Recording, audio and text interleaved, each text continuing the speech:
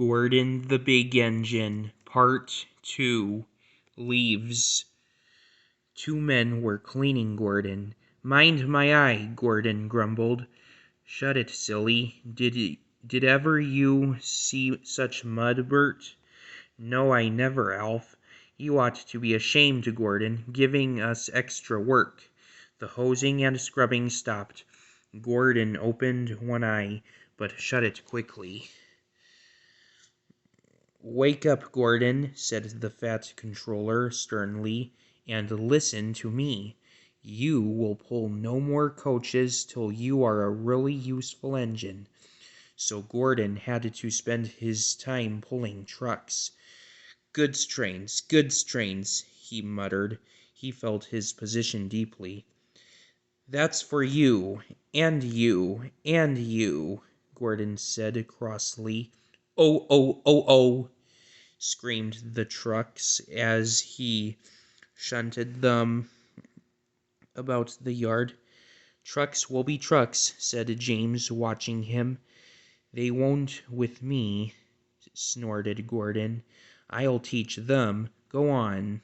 And another truck scurried away. "They tried to push me down the hill this morning," Gordon explained. "It's slippery there. You'll probably need some help." "I don't need help on hills," said James huffily. Gordon laughed and got ready for his next train. James went away to take the express. "Slippery hills indeed," he snorted. "I don't need help." Come on," he puffed.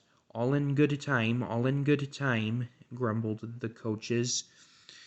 The train was soon running nicely, but a distant signal checked them close to Gordon's Hill.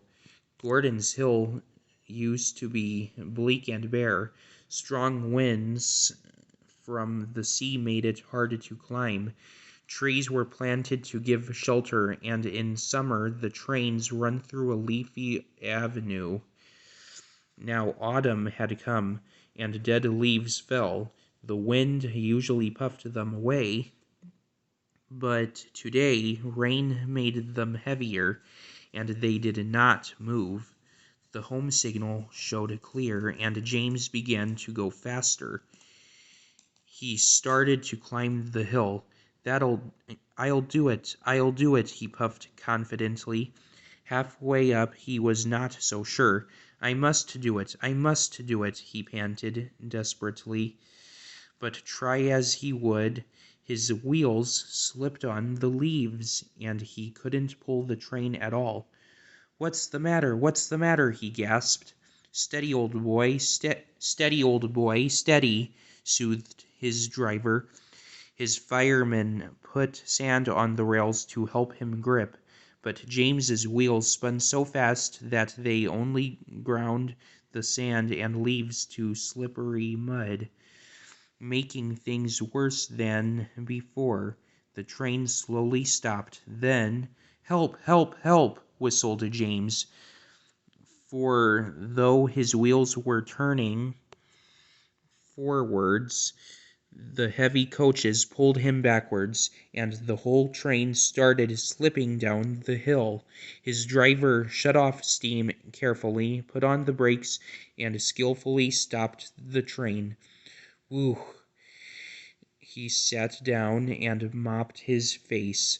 I've never known that happen before." "I have," said the fireman.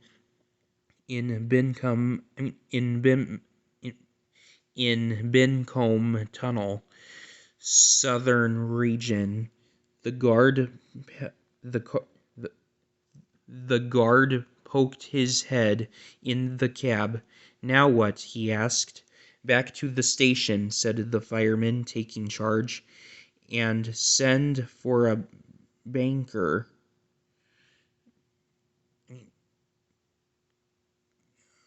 Okay. So the guard warned the signalman, and they brought the train safely down. but Gordon, who had followed with a good strain, saw what had happened. Gordon left his trucks and crossed over to James. "I thought you could climb hills," he chuckled. James didn't answer. He had no steam. "Ah, well, we live and learn," said Gordon. We we we live and learn. Never mind, little James," he went on kindly. "I'm going to push behind. Whistle when you're ready." James waited till he had plenty of steam. Then, "Peep, peep," he called. "Poop, poop, poop." "Pull hard," puffed Gordon. "We'll do it," puffed James. "Pull hard, we will do it. Pull hard, we'll do it." The engines puffed together. Clouds of smoke and steam towered from the snorting engines as they struggled up the hill. "We can do it," puffed James. "We will do it," puffed Gordon. The greasy rails sometimes made Gordon's wheels slip, but he never gave up, and presently they reached the top. We've done it, they puffed. Gordon stopped. "Poop, poop," he whistled. "Goodbye." "Peep, peep, peep, peep, thank you, goodbye," answered James. Gordon watched the coaches Gordon watched the coaches wistfully till they were out of sight. Then slowly he trundled back to his waiting trucks.